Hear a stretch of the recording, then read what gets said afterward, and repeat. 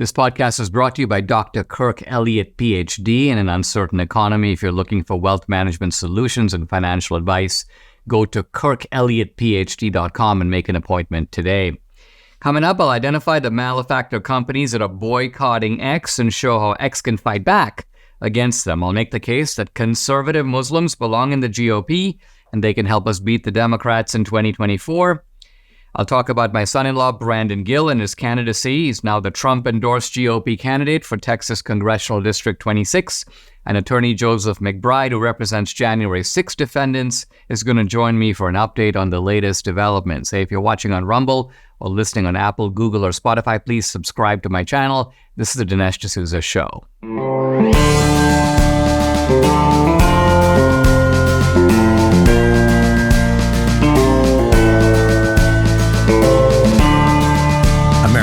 Needs this voice. The times are crazy. In a time of confusion, division, and lies, we need a brave voice of reason, understanding, and truth. This is the Dinesh D'Souza Podcast.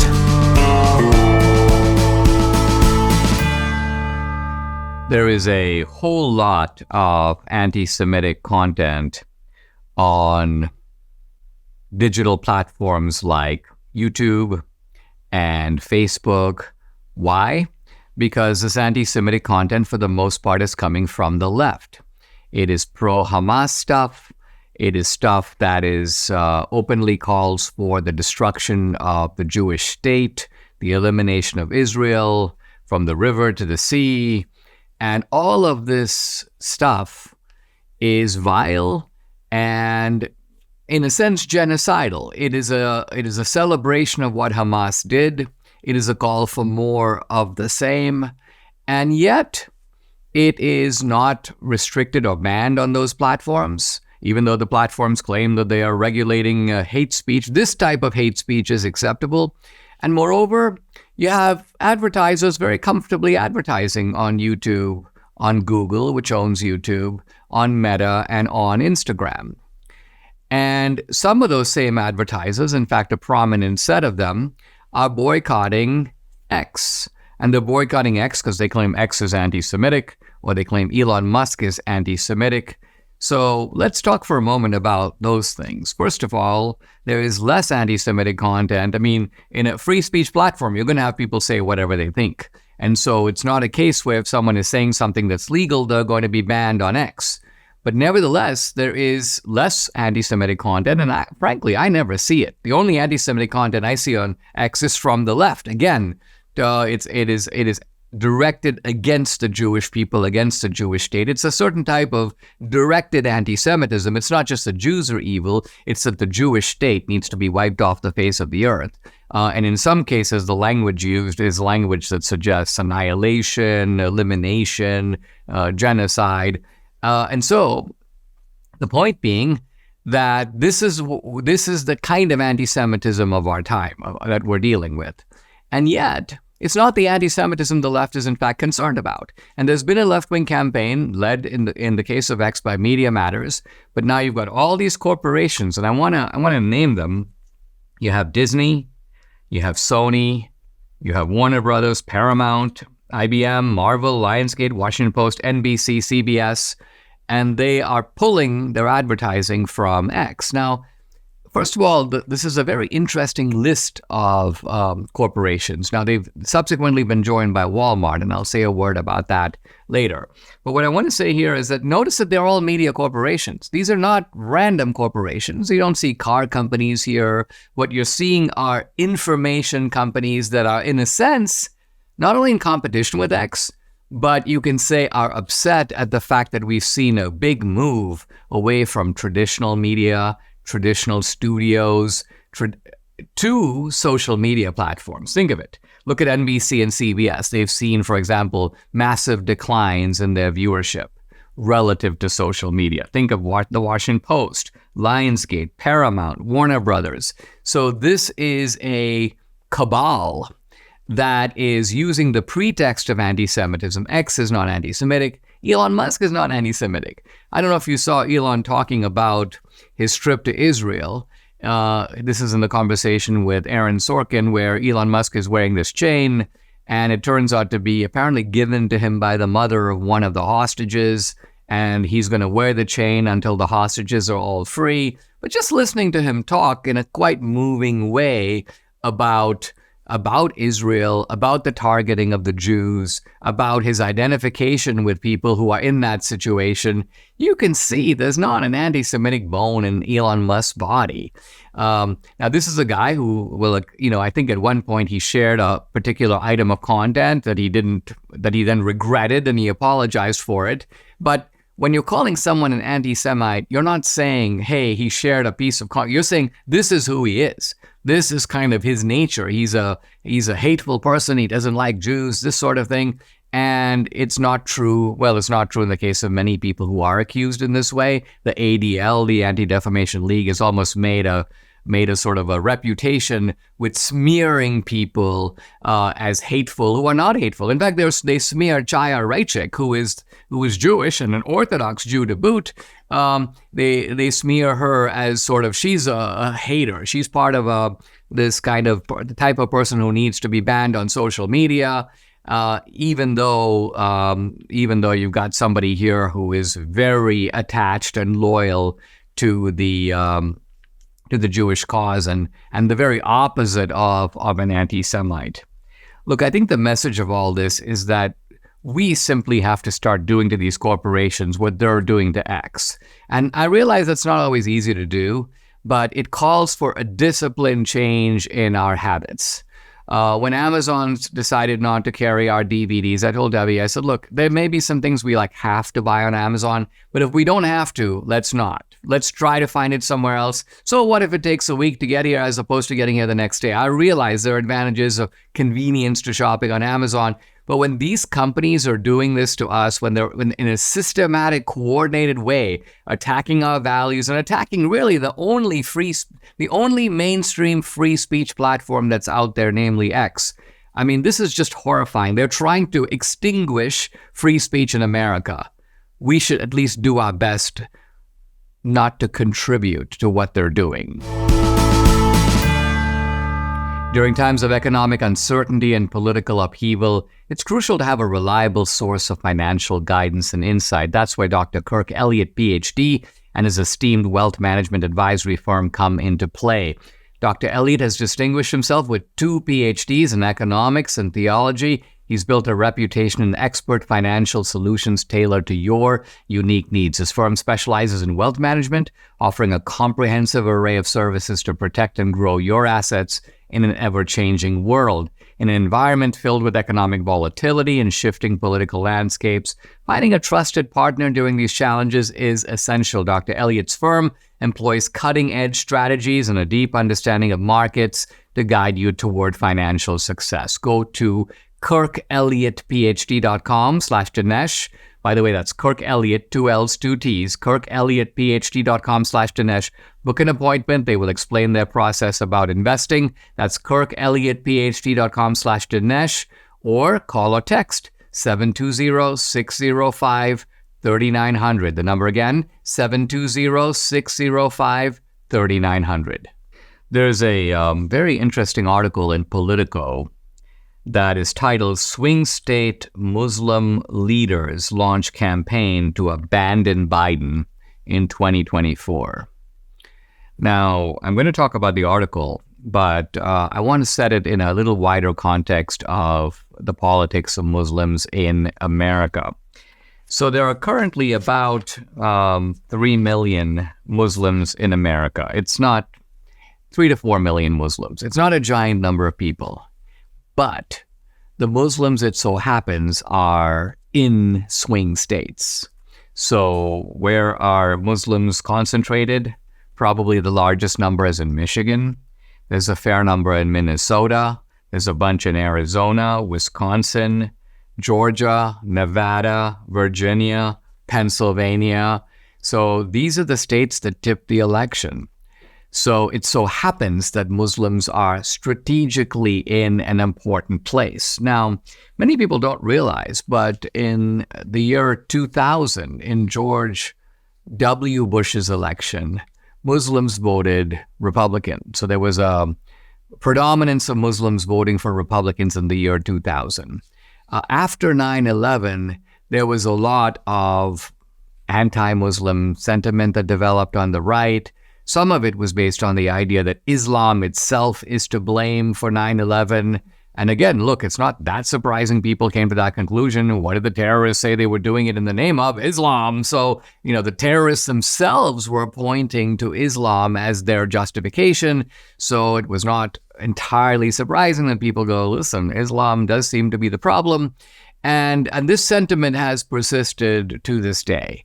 However, it is worth noting that Muslims are now creating a schism in the Democratic Party. It's a schism that we're watching from a distance because they're actually blasting Biden for being too soft on Israel. In other words, for being too pro-Israel. They want Biden to pressure Israel to do a ceasefire and an enduring ceasefire, which is to say not just a ceasefire for the purpose of getting hostages back and then resume hostilities.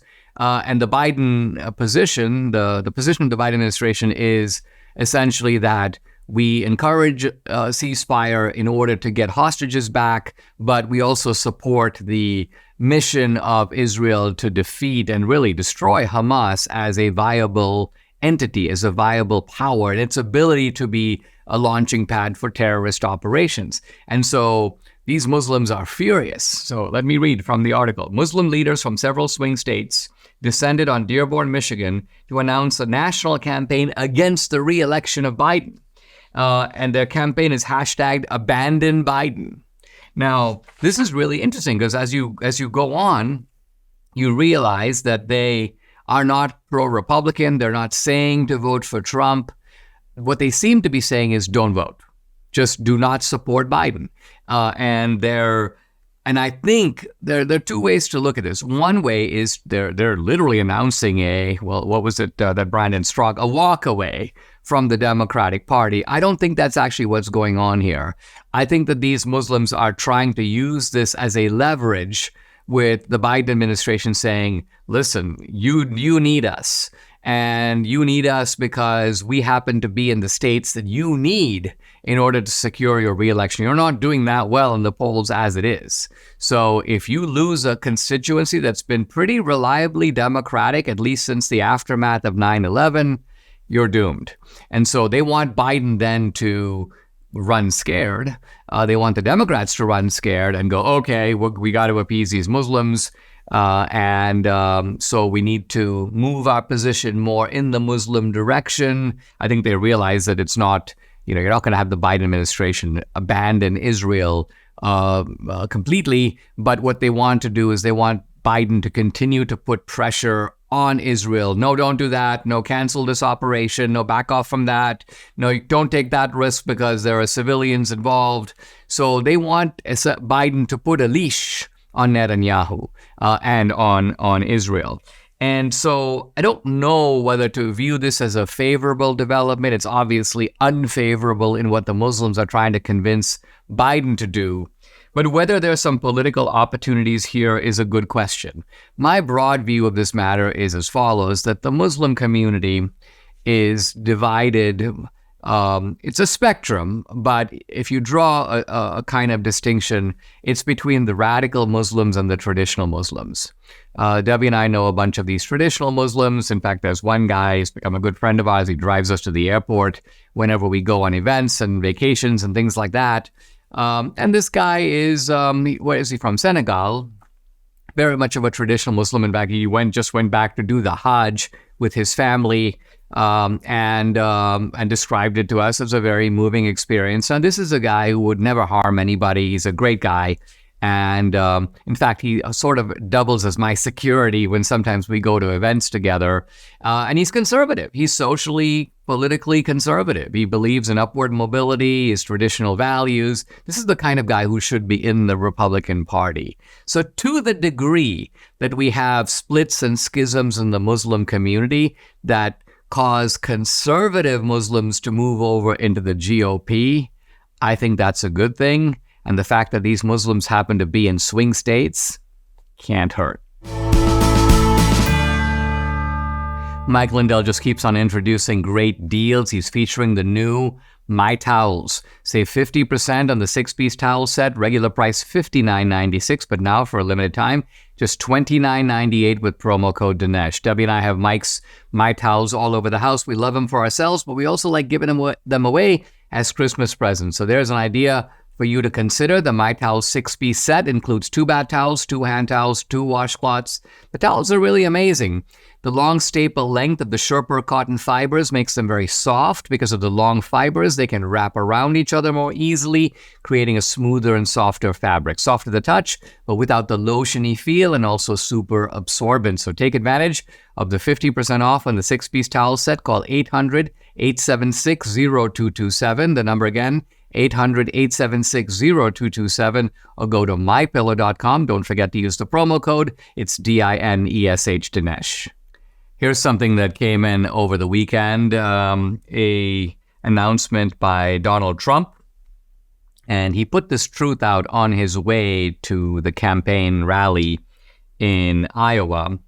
It is my great honor to endorse Brandon Gill for U.S. Congress in Texas 26. He is the clear America First candidate, and he is as loyal and tough as they come. He's a cowboy, businessman, husband, father, but also a true patriot. Brandon is strong on securing our border, stopping crime, fighting inflation, protecting our Second Amendment, all caps. He also comes with the love and respect of his father-in-law, a true warrior, Dinesh D'Souza. Brandon will not let you down. Onward to all caps victory. Now, this is downright awesome. And of course, our family is very grateful to President Trump for doing this. It makes Brandon the straight-out front-runner in this race. A little by the way of background, Brandon Gill and his wife Danielle, my daughter, have lived in the suburbs of Dallas, the Denton area, for about a year. It was Brandon's intention, always has been his intention for a while, to run for office, but I think he thought it was going to happen later. But then remarkably, just about 10 days ago, Michael Burgess, a medical doctor who has represented this district, Texas 26, for 2 decades, just announced, and I think his staff didn't even know this was coming, I'm not running again, creating an open seat. Now, it's much easier to win an open seat than to run against an incumbent.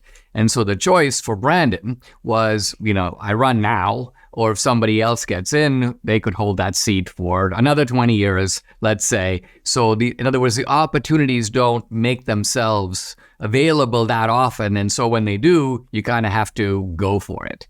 So he is going for it. Now there's, I think, 4 announced candidates in the race.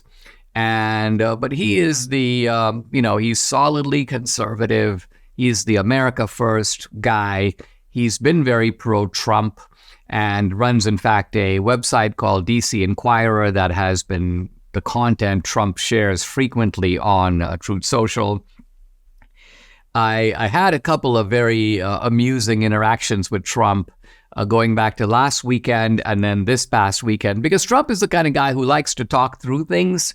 And so, in fact, Debbie was kind of laughing because I'd put in a call to President Trump, but I didn't get through. So I leave a message. And then late at night, what was it, honey? Like 1 o'clock in the morning, I get this message. Hello, Dinesh.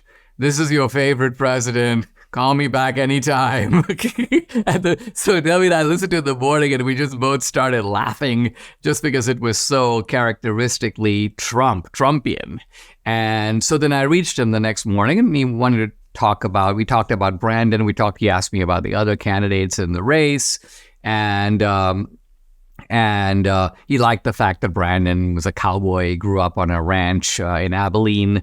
Of course, Brandon went on to Dartmouth, then worked for a hedge fund on Wall Street, is an entrepreneur. And so he was very favorably disposed to Brandon. But he said, give me some time to kind of do my due diligence and think about it. And I think he likes to do little powwows with people where he said, in fact, he made the statement. He was like, I want to make sure I'm not doing anything really dumb. And I go, no, Mr. President, you're not doing anything dumb. And he goes, I know, but I'm just, making sure. So there was a kind of a week-long I think on the part of Trump, and then he decided, look, this and the Trump endorsement is going to be very important here. I think decisive, and I say that because this is a red pro-Trump district, and by and large, if you win the primary, you have a very good chance to win in the general. Now, a campaign is a grind. I mean, it's like a football game where you have to run the ball on every play. Brandon's primary is in March. If he doesn't get a clear, 50% or 50% plus, there'll be a runoff. That will be in May. The election, of course, is the same time the Trump's election will be, which is November. And so, our family's kind of going all in on this. And I know that Brandon's going to work extremely hard on all aspects of the campaign.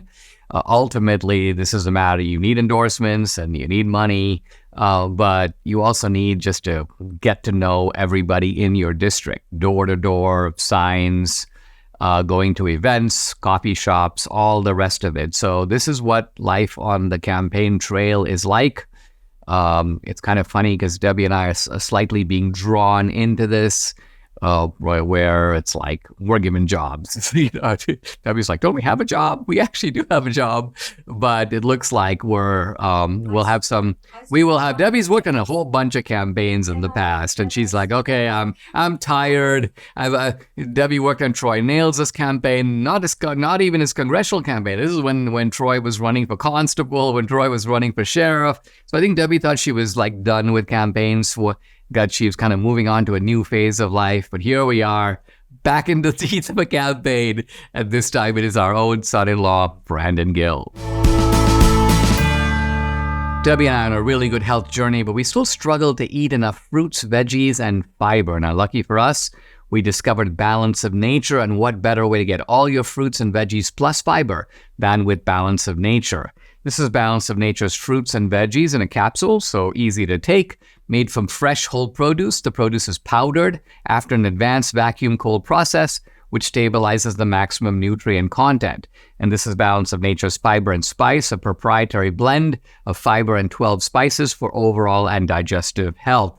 Join Debbie and me. Start your journey to better health right now. Call 800-246-8751 or go to balanceofnature.com. You get 35% off your first preferred order by using discount code America. Again, that's balanceofnature.com or call 800-246-8751. Get 35% off your first preferred order by using discount code America. Guys, I'm happy to welcome back to the podcast our friend Joseph McBride. He is the president and founder of the McBride Law Firm, which focuses on criminal law, civil rights, defamation law. Collectively, he's represented more than 20 people connected to January 6th, most recently, and we'll talk about this, Joe Bolanos, who was featured in Police State. His website is McBrideLawNYC.com, McBrideLawNYC.com. Joe, welcome. Thanks for joining me. Let me begin by asking a general question about January 6th. We've seen some of these new videos coming out, and I don't know if they're new to you, whether you had seen some of them in a trial context, but they were new to the general public, and they give a sort of a different picture of January 6th than the one certainly that have been put out by the January 6th committee. And talk about the significance of these new videos and what needs to happen next. Well, Dinesh, thank you so much for the fantastic introduction. It's always good to see you, my friend. We're very thankful collectively to Speaker Johnson for stepping up and delivering on this promise so far. There are three sets of video with regard to January 6th, three sort of broad swaths of video. One is CCTV footage, that's closed caption TV footage, government cameras without audio. Two, very quick and dirty here, there's a body cam footage from all the officers that were there. Capitol Police did not have body cam on that day, but the Metropolitan Police Department officers did have body cam. Some FBI people that were on the ground took GoPros and regular handheld cameras. And then your third set of video is your citizen and journalists, the people who were there taking videos on the 6th.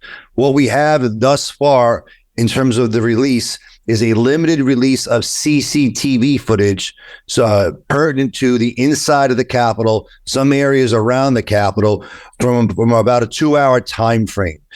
This is anybody who looks into this from the general public who has not familiarized with themselves with the video at this point is going to be shocked at what they see. But for those of us who sort of been boots on the ground, people like myself, people like you, Dinesh, people who know this video from the past 3 years, a lot of this is sort of repetitive already. What we need to do respectfully is we need to have the Speaker of the House move to release all of the remaining footage. All of the remaining footage, especially the body cam footage, will give context to the CCTV cameras that we've already seen and the ones that are still yet to come. Now, why do you think, Joe, that Johnson hasn't already done this? Because it would seem that this is something that's of public interest. It's something that the public is entitled to know about. It's beneficial to Republicans for the public to see it, because I remember that right when this video started coming out, Liz Cheney put out her typical recycled mishmash of the violent images, and she's like, this is January 6th, and this is what they've been doing. They've been trying to let that partial sort of recycled video stand in for the whole event. And I think what annoyed Liz Cheney is a lot of other dimensions of January 6th were now emerging. But if you're Mike Johnson, what would stop you from just saying, okay, here's the whole lot of it? Nothing should stop him. I know for certain that arguments have been made regarding security, national security, and giving up sensitive areas. That is all a bunch of garbage, to put it lightly. And the reason why I say that is because of what the point you just made, Dinesh. The January 6th committee took this footage, the CCTV footage, the body cam footage, all the available public footage. They put it together. They directed it. They weaved it into this narrative to cast Trump supporters in January 6th as this violent insurrection, when we all know that that wasn't the case. The violence happened, sure, but in very limited circumstances. And a lot of it was provoked by the police. So on whatever, there have been maps circulating. You can Google the inside of the Capitol to see whatever you want. There's no security justifiable reason to make an argument why the tapes shouldn't be released fully. So Speaker Johnson, whoever you're listening to, please listen to me. Please listen to Congressman Clay Higgins, who wants the tapes to be released. Congressman Matt Gaetz, Marjorie Taylor Greene, people like that. The tapes need to be released. We need to see the full context of everything that happened there. You can't be afraid, and you can't half-step this issue. You got to go all the way. This is an all or nothing endeavor. What do you make, Joe, of the fact that it's recently emerged, I guess it was Representative Loudermilk who revealed this, that all these depositions that were taken by the January 6th committee in video, and the video is apparently gone. They deleted it or they destroyed it. Now there are transcripts, but apparently there is a substantial part of the video record that was created by the January 6th committee that they have destroyed. It's tragic. It's illegal, and it's wrong. They knew what they were doing. What they did was poison the jury pool, poison the public consciousness to profit this narrative that their side of the events happened. And then they knew that once power changed hands and once the other side had an actual chance to explore the truth of the matter, that they didn't want to leave any paper trail behind. So I have those books. So those are back there on my shelf are the full transcripts of the January 6th committee hearings, and they're absolute garbage. I watched those hearings, you watched those hearings, and when you look in those transcripts and you actually read through those books, and you get to the point where it says where you need to talk about some of the media that happened, they just write media presentation and they move on. They actually cut it all out. None of it is there because they don't want the truth to come out. There are multiple bad actors that they proffered to the public that they didn't even realize were working undercover for the government at that time. For instance, there's a person called 1% Watchdog. 1% Watchdog is somebody that we've been asking about in all of our motions for the past 3 years. This guy logged into Zello chats, aggregated patriots. He poisoned their minds. He radicalized some people. He got a lot of people to go to the Capitol on January 6th to attend their first protest, and he entrapped them. And we fully believe that this guy is a bad actor. And every time we asked the government for this guy, they denied us. We asked again in Ryan Nichols' case fairly recently, and they cut us a deal. They didn't want to give him up, right? But 1% Watchdog was presented when the Oath Keepers went into the east side of the Capitol in the January 6th committee. He's actually on the audio talking to Jessica Watkins, saying, make a citizen's arrest, do this, do that. That was before the whole world. And once they didn't realize that the guy was working on the other side during that time, and they cut him out. They've scrubbed it since. And if you try to find him on the internet, they've scrubbed it on the internet as well. But we've kept some pretty good records. We have a pretty good idea of who he is. And, the general public should want to know who the bad actors were, starting with 1% Watchdog. They're cutting that stuff out to prevent the truth from people like the Watchdog getting out, Dinesh. We'll be right back with attorney Joseph McBride. Here's an idea to consider. Diversify your savings with physical precious metals while stockpiling silver in your home safe.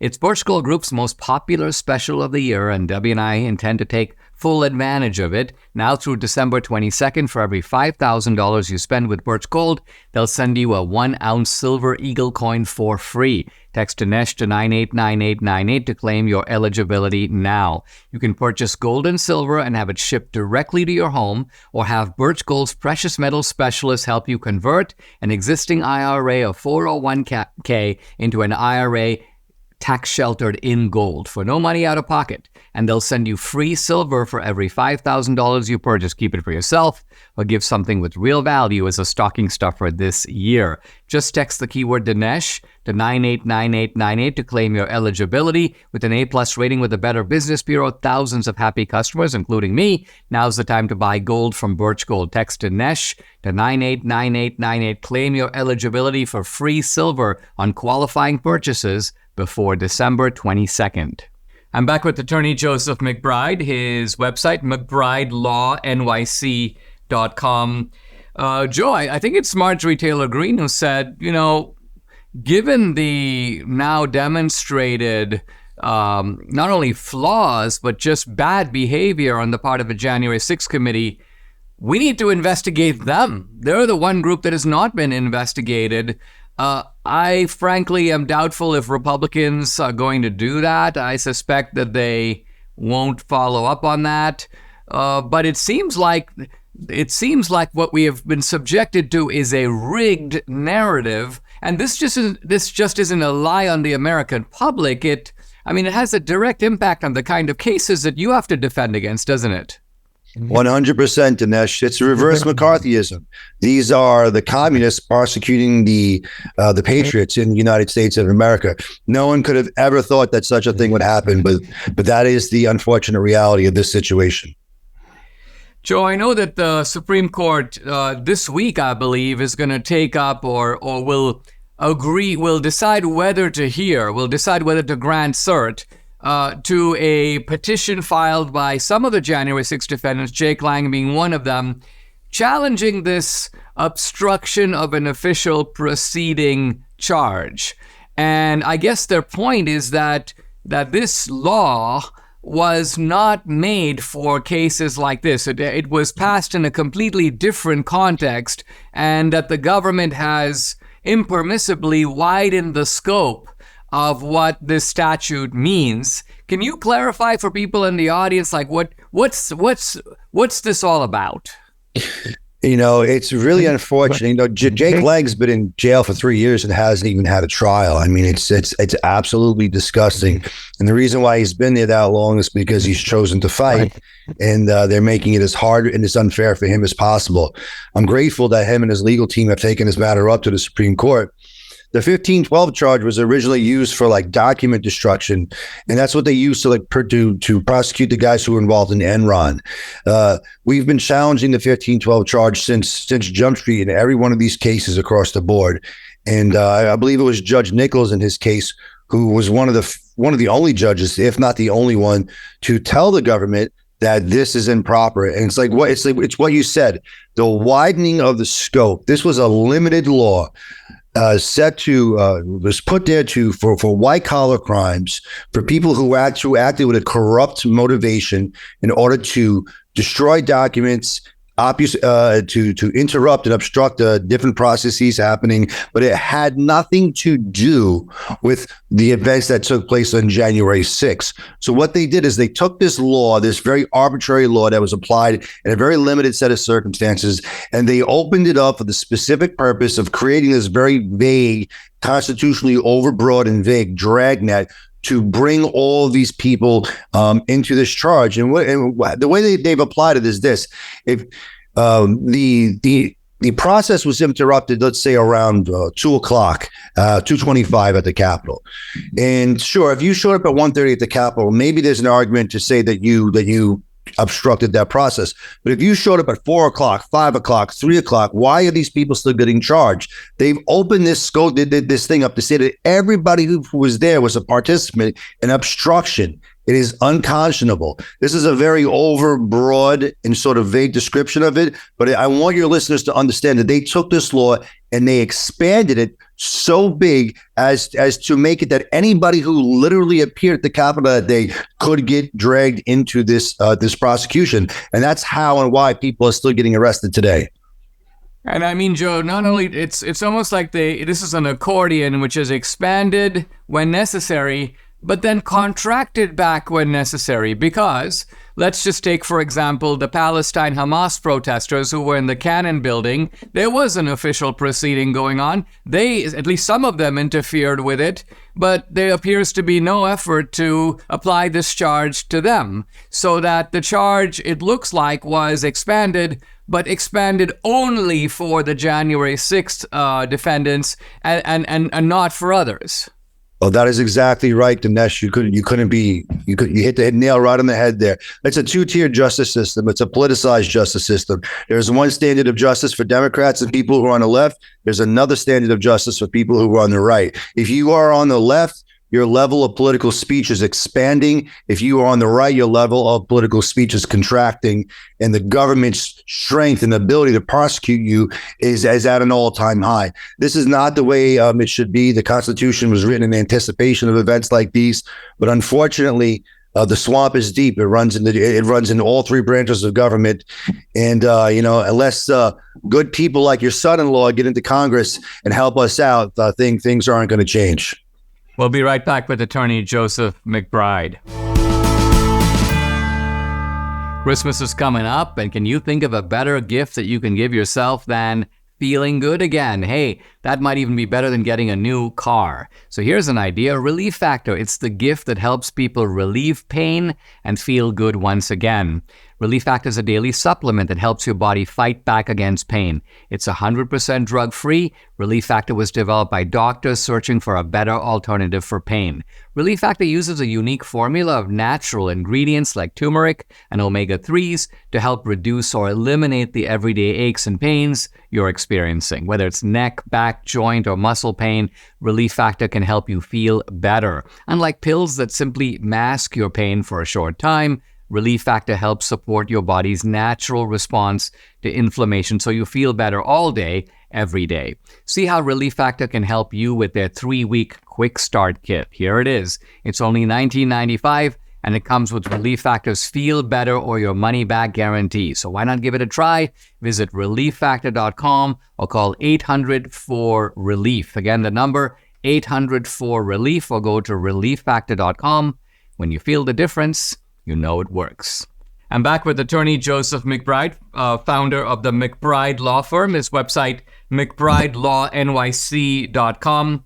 Joe, I was delighted to see you took up the case of our buddy, Joseph Bolanos, a great guy. And of course, in Police State, he's featured in the movie. He goes, try getting a lawyer to represent you. He goes, it's never going to happen. It's really difficult. And fat chance, I think, is the phrase he used. And I thought, well, it'll be a nice thing if this movie, at least in a small way, helps bring his case to the attention of somebody like you who goes, you know what? I might be able to represent that guy. And now you are. So talk about how you found out about Joe. And second of all, what do you think is the heart of what is the case that he's going to be able to file?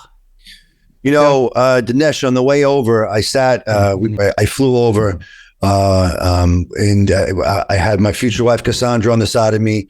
And Joe Bolanos was sitting right next to us in the plane, and I didn't know who he was, and he needed help with his luggage because he's got infirmaries from what happened to him. And I helped him. He's like, "Oh, thank you so much." We had this nice conversation. She helped him out with a few things on the plane. We got there. And then a few days later, I see him at Mar-a-Lago, and you're standing over there. He's like, "You're the guy from the plane." And he goes, "Look, I'm in the movie." I said, "What?" And we did the math. He goes, "I sent you an email a year ago asking you to help me. You never responded." And I said, "Oh my God." I said, "You got to be kidding me." And then I watched the movie, and then I walked up to him afterwards. I said, "Joe, I'm so sorry. I'm going to take your case." That's how it happened, Dinesh. And he had told me about it, but I have gotten so many people who have reached out to me. But when I had this face-to-face encounter with him, I considered it to be providential. And then he's a New Yorker. He's got a New York accent. I got a New York accent. This guy could be my uncle. We were talking. I was like, "Oh my God, I love you, and I have to help you." And what the FBI did to him is unconscionable. I mean, they kicked in the door at his mother's house. They kicked in the door at his house. They raided his house. They didn't even wind up arresting him, but he stroked down. He's had 5 strokes since. He was swatted improperly by a man in this neighborhood who didn't like him because of his politics. The FBI did not investigate the situation properly. They did not give him proper medical treatment. They changed the course of his life and his health forever. And they deserve to be held accountable for it. So we're going to hold all parties responsible accountable to the fullest extent of the law. I mean, this is awesome. I'm so delighted to hear this. And also, the other thing about it, and this is the reason I thought he was so effective in the movie, is that, you could argue some of the January 6 cases, and did this guy swing a shield or did he not? What really happened? The video is needed to clarify. This guy did absolutely nothing. He didn't even go inside the Capitol. He just went to the rally. He took a bunch of video, and I think that the fact that the FBI was on such a hair trigger that based on a single phone call, they mobilized these 2 substantial raids, one on his apartment, one on the the other cool thing, of course, is that he has video of the raid on his apartment. So talk about having evidence. It's right there. Yeah, it is very cool. He's a great guy. He's got a very interesting background. I know he did some PI work for a while. So yeah, he's got it all on video. And that's a travesty for the FBI because they're going to be held accountable. Look, the guy, when he exercised his right to protest and to participate in the protest peacefully, and he was just sharing the video with a few friends at a cafe when some passerby who didn't like him decided to turn him into the government, and they treated him like he was a tier 1 terrorist. It's disgusting what they did to him, and how he was also smeared in the media. The media was merciless to him. And without good people like you and Debbie and all the good people who are around you, none of these people's stories would have ever been told. I would not have ran into Joe like I did on the plane, and I would not be helping him today. So, God's got a plan. It takes his workers in the field and on the battlefield and in the field of harvest in order to get things done. I'm glad I was there, to answer the call this second time around, and I'm going to make sure we do everything that we can do to get him justice. Joe, it's not easy to go up against the government. Cases cost money. I suspect you're taking this as a pro bono case with regard to Joe. If people want to help, they want to say, all right, I'd like to help defray the legal costs of this case. How can they do that? So they can go to McBrideLawNYC.com. Right now, we have my general fund up there. Any money that's going to that fund right now is going to go to Joe Bolanos' case. And then we'll have a Give, Send, Go in the next few days up there specifically for him. That'll be, for his case as well, but it'll be separate from the general fund. So you go to McBrideLawNYC.com. You look for the Give, Send, Go for Joe Bolanos. And you can give there. And if you can't give with any financial contribution, we'll certainly accept your prayers. Really appreciate it. Thank you, Joseph McBride. I appreciate your joining me. God bless you, Dinesh. I'm discussing a remarkable chapter in Solzhenitsyn's Gulag, where he's talking about World War II. And he's talking about a phenomenon that is remarkable in history, but also one that is not very well known at all. Here's how he puts it. He says, I would like to issue a reminder through these pages that this was a phenomenon totally unheard of in all world history, that several 100,000 young men aged 20 to 30 took up arms against their fatherland as allies of its most evil enemy. What's he talking about? Well, what he's talking about is that he's talking about Soviet regiments that rebelled against the Soviet Union. They recognized that they were being invaded by a tyrannical power, Nazi Germany, and they decided that the Nazis were better than the Soviets. Or to put it differently, that they could use the help of the Nazis, or they could use the Nazi invasion as a way to overthrow the Soviet regime. Now, did they succeed? No, they failed, and they went to some pretty horrible deaths. They were used, Solzhenitsyn himself says, as cannon fodder on the front line. So it failed. But the point Solzhenitsyn is making is, and he uses a proverb, because as the old Russian proverb says, well-fed horses don't rampage. So what he's getting at is, why these guys go out of control? Why did they rampage? Well, obviously because you abused them. They were treated really as enemies of the state by the police state known as the Soviet regime. And he said that they essentially squeezed them to a point where these people were willing to take the extreme step of allying with Nazi Germany. And here we turn to now a very ugly chapter of World War II. Again, here's Solzhenitsyn kind of from Russia disclosing things that are not known in the West about the West's own conduct after World War II. So listen to this. I didn't know about any of this, and it's just downright horrifying because, we've all been raised on the idea that World War II was the good war, never mind Vietnam, never mind all the other stuff, never mind even World War I. But if there's one war in which the Allies acted honorably, it's World War II. But, says Solzhenitsyn, maybe that was true in the aggregate, but not always. And let's see what he's talking about. He goes, in 1945, Great Britain acted as a loyal ally of the Soviets. The English turned over to the Soviet army a command of Cossack troops of 40 to 45,000 men, which had fought its way to Austria from Yugoslavia. And he says these are Cossacks who were part of the Russian army, but they hate the Russians. The Russians, in fact, didn't like the Cossacks and treated the Cossacks as an internal enemy inside the Soviet Union. By the way, Cossack resistance goes back to the very beginning of the Bolsheviks. And so the Cossacks didn't want to go back to Russia. In fact, their plan wasn't even to stay in Europe. They were going to go, Solzhenitsyn says, to Paraguay, to Indochina. He basically goes anywhere where they don't have to surrender to the Soviets. He goes, the British provided the Cossacks with military food rations of extra quality, dressed them in fine British uniforms, promised them that they could serve in the British army, and then the British said, turn over your weapons. And the Cossacks became a little suspicious, but the British go, no, we're just trying to standardize your equipment. We're trying to, this is a kind of a regathering after the war. And then he goes, when they arrived in Judenburg, police vans were waiting, as were armed guards holding lists of names. They could not even shoot or stab themselves to death since all their weapons had been taken away. Think of the situation. You have Russians who are in such desperation that they would rather commit suicide than go back to the Soviet Union. They know the fate that awaits them there.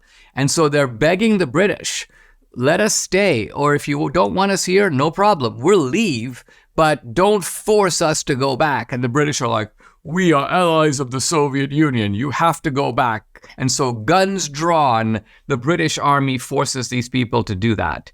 The British commanding officer, Major Davies, whose name will survive from now on in Russian history at least, he said, he openly announced on June 1 that there would be a compulsory extradition. Thousands of voices yelled, we will not go. And says Solzhenitsyn, they had to go. They were forced to go. And the British soldiers started beating them with rifle butts and clubs, throwing them onto trucks, including the wounded, as if they were packages. And all of this stuff it's a little hard to read because it is so atrocious that the British, who knew, by the way, from the beginning, that, look, this is an alliance of convenience with Stalin. Stalin is a horrible man.